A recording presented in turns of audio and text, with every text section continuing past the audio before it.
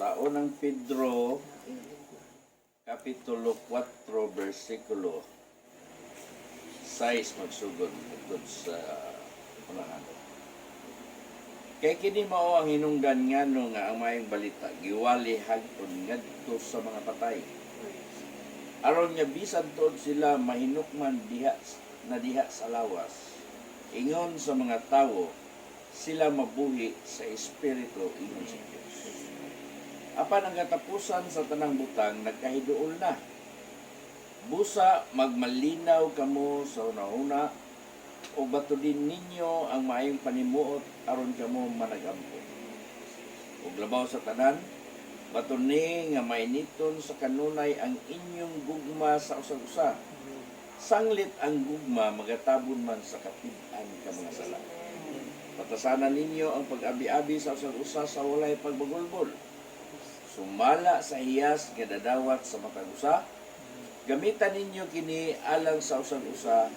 Ingon nga mga maayong pinialan sa nagkalain-laing grasya sa Diyos. Ang tawo nga nagmagasulti, kinahanglan magasulti siya ingon sa sinultihan sa pulong sa Diyos. Ang tawo nga mag-aalagad kinahanglan mag-aalagad siya ingon nga may gahom nga gihinatag sa Diyos aron nga sa tanang butang ang Diyos paghimayaon pinagi kang Hesukristo kang kinsa ang himaya o ang kapanggahom hangtod sa kanturan. Amen. Alaygon ang atong buhi nga Diyos tungod kay maayo kay siya sa atong kinabuhi san o dunay mga nagkadaiya nga mga sitwasyon estado sa atong kinabuhi apan sa atong pagpangalagad nagakahiyo sa kita. Was nga nagkahiyo sa nagakasilabot pinaagis sa gahom sa Diyos. Amen. Morning nakutag pasalamat nito sa patuboy ng Diyos tungod kay dili patungod kaniya dili kita magakahiyo sa magakatigong karon. Mostly sa kalibutan karon nag-celebrate sa giingon nila o ang Lenten season. Atong pinulungan, Semana Santa. Nababayda ang Semana. Gawa sa Semana Santa, ato nga gikadlukan, nga gipaila sa atong mga katigulangan, nga ang adlaw nga gamhanan. Kay mao kini ang adlaw nga gigahin alang sa mga taong gamhanan nga mao ang Huwebes o Biyernes Santo. Na santo na ang mga adlaw. Nihunong ang tanang mga kalihukan, nanira ang tanang mga establishment, halos mihunong og biyahe ang mga pasayroan. O ang mga trabahante wala manarbaho tungod kay nahadlok sila sa Biyernes Santo. Unsa magibiyay ang Semana Santa? Nabagyuday na sa Biblia. Walay Semana Santa sa Biblia. Ang naa sa Biblia mao ang Pasko. Kining ilang gi-celebrate karon sa kalibutan mao kini ang Pasko, the celebration of Feast of Passover. Ngunit klaro og sa katapusan sa balaod ingon nga gisugo sa Dios ang banay sa Israel, kaliwatan sa Israel, sa pagsaulog, sa pag-celebrate sa maong kapistahan to commemorate sa ilang freedom from the bondage gikan sa Egypt. Ang pag-celebrate sa Pasko. Unsa man ang Pasko? Mo kana ang panahon sa kamatay. One of the 10 plagues nga gihampak ngadto sa Ehipto aron ang hari nga si Paraon or si kinsa kanang nga Paraon nga atong panahon na mutugot nga iyang i-release ang tanang mga Hudyo nga nagkuyo dito sa Egypt. Muna, sa sinugdan, o gisugo sila nga inyo kining pagasaulugon sa tanang panahon, sa tanang kaliwatan, sa banay ni Israel. Ang pangtana, apil ba ang banay sa mga hintil? Wala yung labot ang banay sa mga hintil. Banay sa Israel. O ang ikaduhan na kong pangutana, ang Hudyo karon nag-celebrate ba? Ngano? Kay kining maong celebration nga gitawag og Lenten season or Holy Week, ha? Dili mao ni ang ilang gi-celebrate. The climax of this celebration is called Easter, not Passover. Easter. Oh. That's why the only verse nga mabasa nato sa Biblia sa King James version, sa 1611 version nga King James, nga mao kana siya ang naghatag og bersikulo instead of Passover, gihimo niyang Easter. Why Easter? Ha? Ngano si Easter man? Ngano Easter man? Doon na na'y lawm nga kahulugan nga giblain ang mga katawhan. Doon na ba'y na-record sa Biblia? Human, nabanhaw si Ginoong Hesus, nangita silang itlog? Wala. Doon na ikanting. Ginagawan, doon na ba'y na-record sa Biblia? Nga human, nabanhaw si Ginoong Hesus, doon na'y mga hugos-hugos? Wala. Nga naman. Pero, unsa man ang Easter? Easter is the commemoration of the resurrection of Jesus Christ. Kuno. But, that is a pagan nga tradition. Why? Nganong pagan nga? Tungod kay ang Easter, one of the goddess of the pagans. Si Propeta Jeremias mitawag kaniya og Reyna sa langit, Queen of Heaven. O adto ka sa ikaduha sa hari, sa libro sa hari, ang Queen of Heaven mao si Astarte. Oh, nga mao kana si Astarte nga gitawag og Istar, nga si Istar mao kana ang goddess dito sa Europe.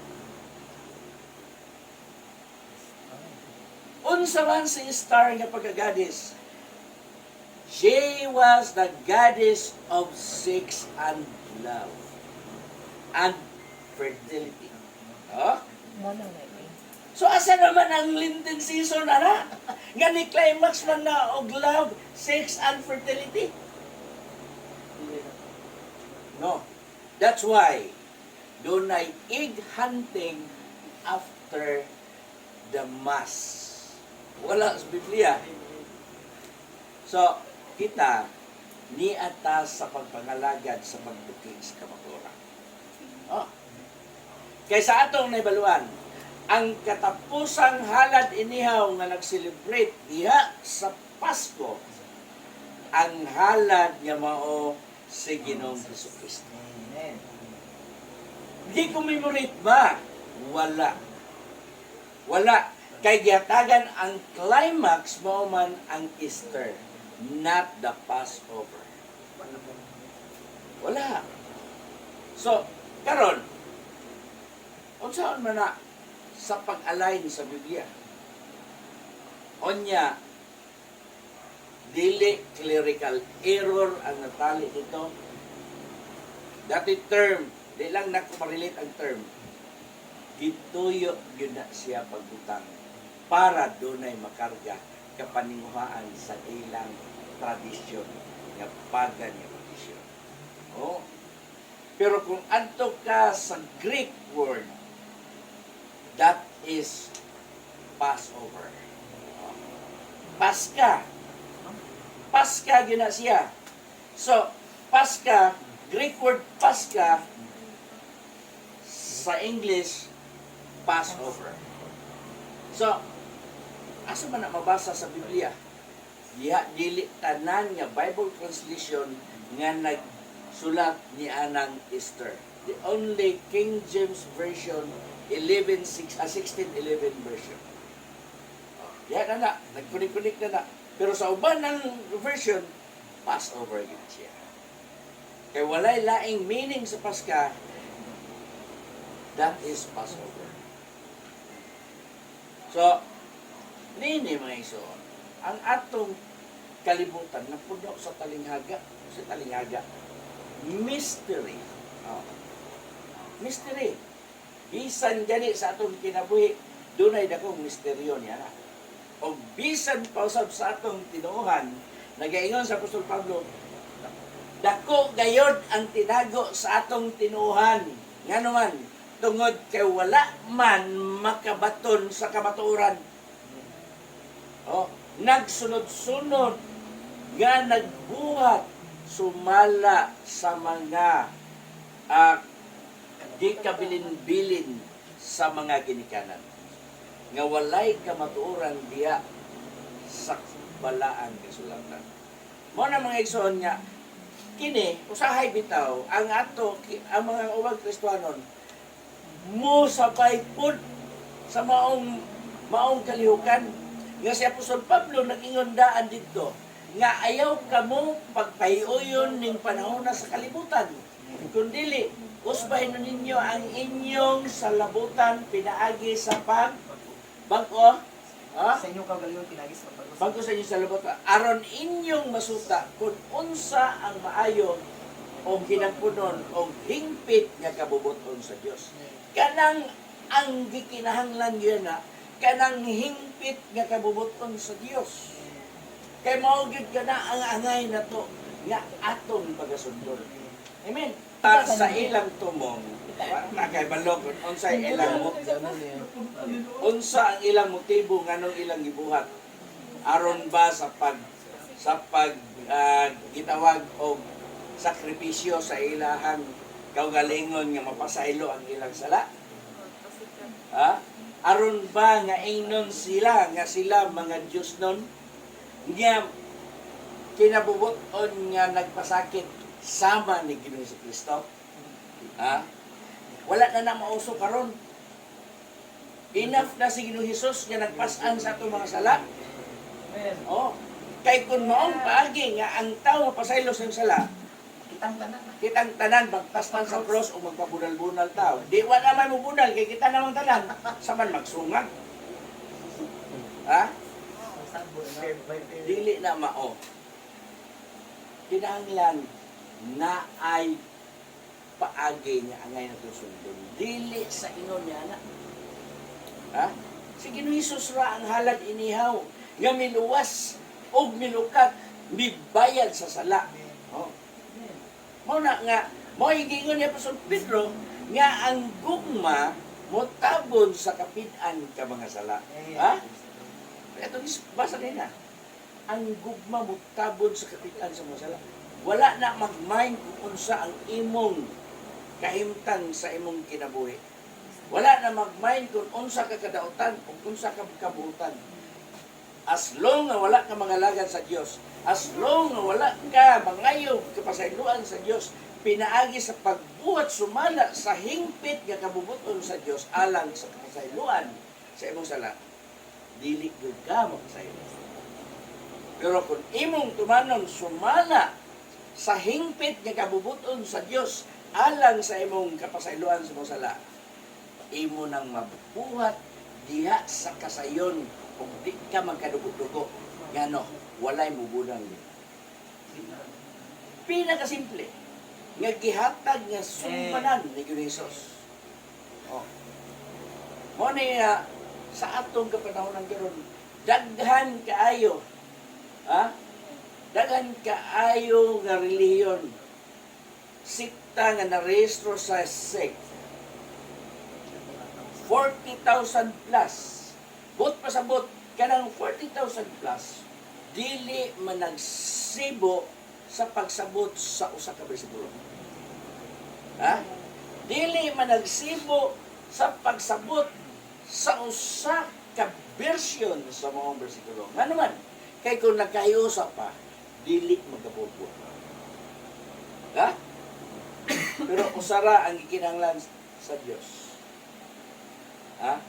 Kadtong masuta ang hingpit nga kabubuton sa Dios. Kadto siya magipangita sa Dios. Nga nakatugkad sa kamatuoran diha pinaagi sa balaan kasi. Amen. Ingon ni anak. Kay kung kita magkuyog-kuyog lang ta, wala ta. Sama tas buta nga giguyod sa kabuta, matud pa sa gahom sila mga ulo. So wala. Bot pa sa bot, kamong duha biktima. Pero unsa kamayo sa Ginoo nga naghatag sa ehemplo ang iyang karnero sa tibok niyang panon sa pagkita niya nga ang usa ka karnero nawala sa iyang pananaw.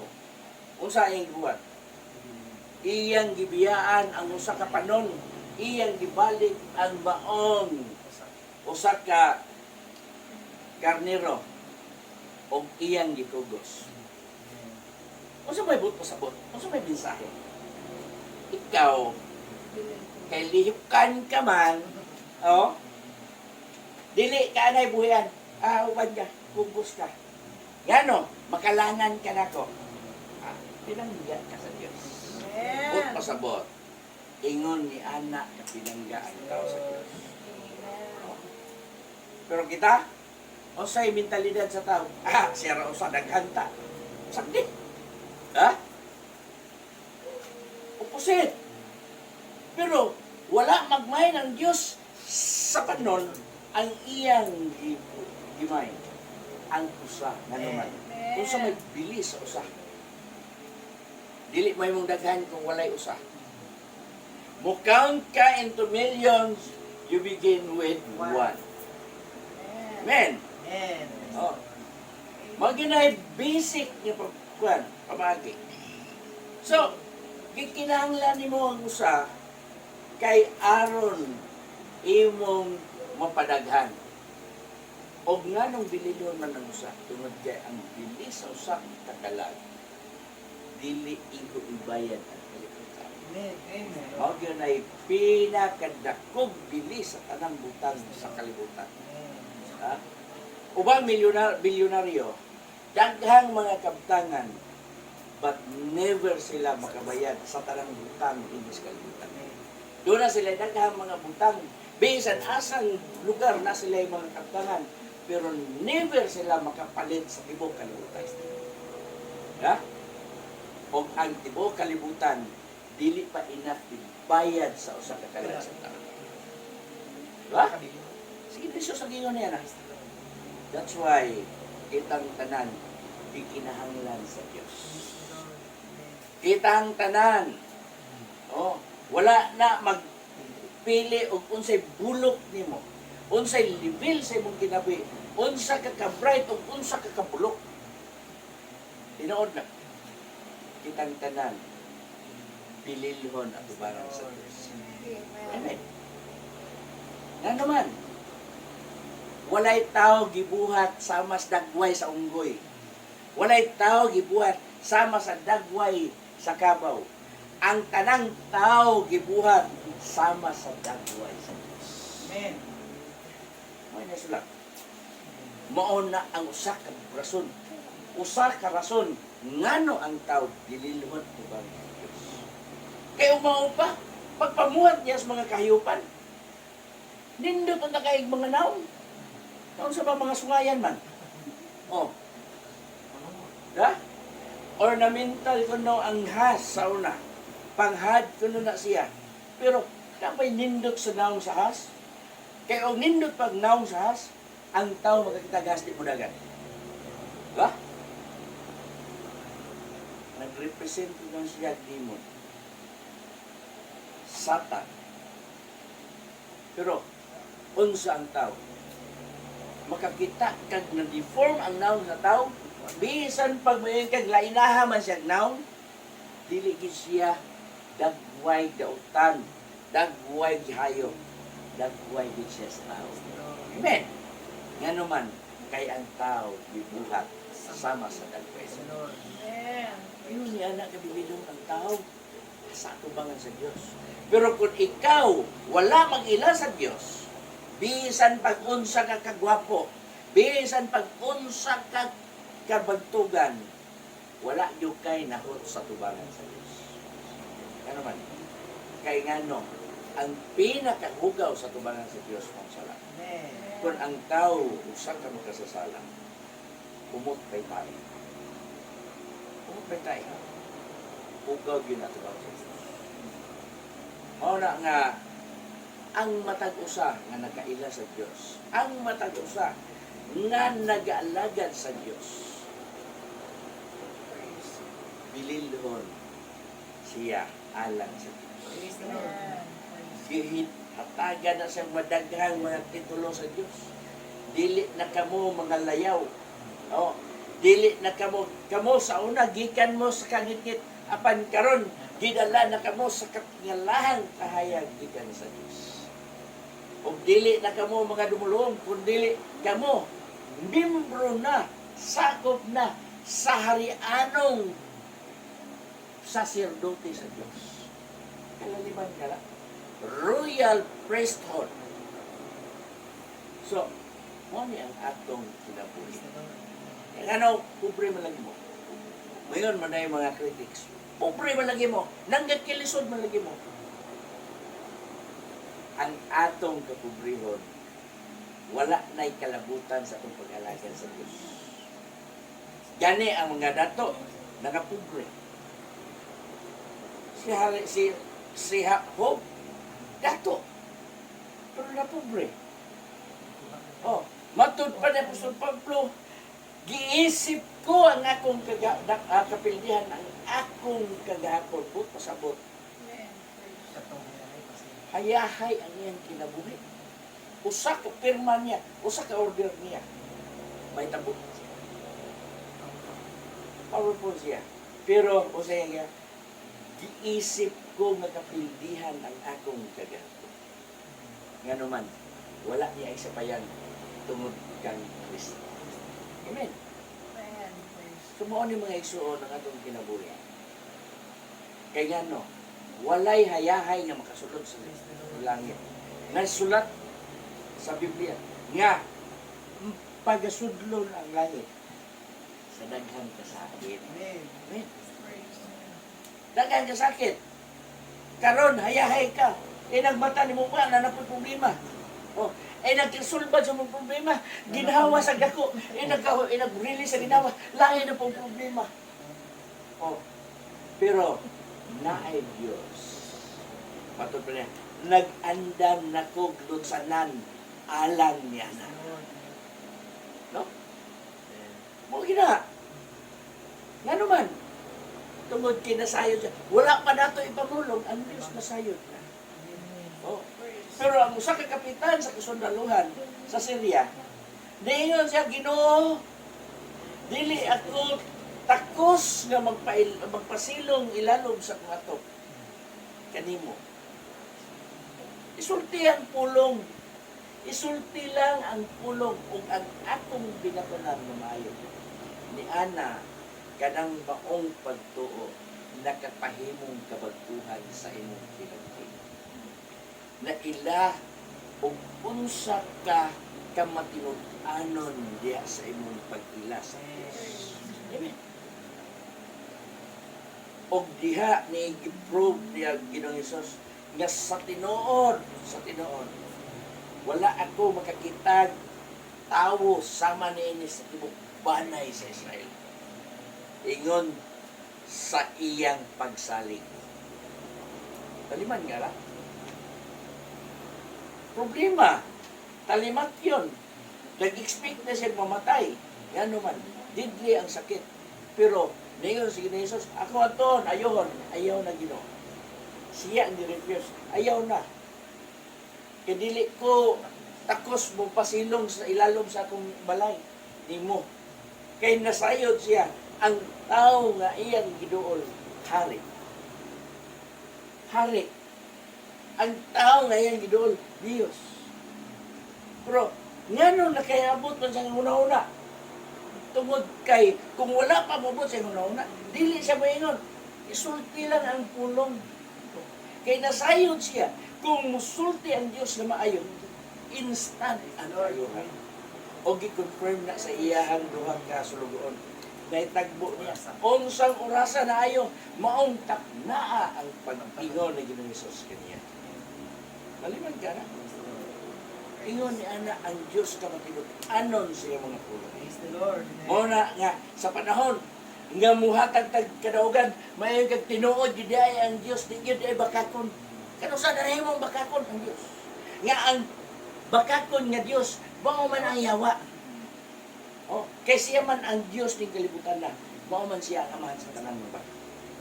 Pero ang Dios na itong galagaran, matinod anon gayon siya.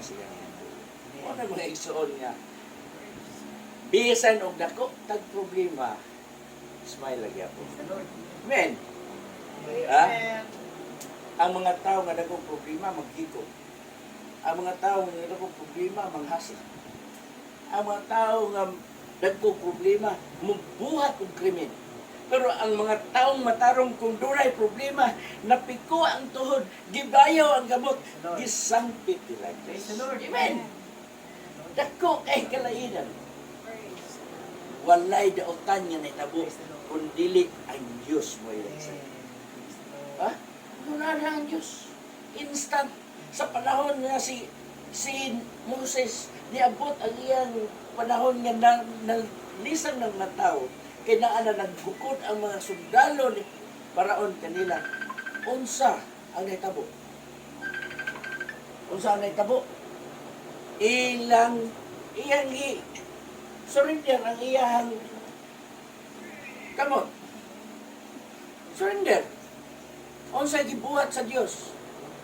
Gitunga, gipikas niya ang nakababag sa ilang agyanan nga mao ang dagat. Ha? Ingon ana ang Dios kagamana.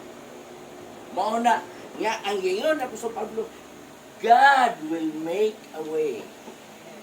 Walay bisan kinsa nga nakahimog dalan ilalong sa dagat, gihimo ang dagat nga mawala ang Dios ra. Amen. Mao na nga usahay maluya ta sa atong problema. Maluya ta sa atong pangalagad inyong papaninumdumi. Ang Dios wala gyud maluya sa pagtagad kanato. Padayon gyud ang Dios nga naigugma kanato. Amen. Dagaya gyud ang kalukoy sa Dios kini kanato. Mao na ngano man tungod kay bililhon ta sa Dios. Kitang tanan. Amen.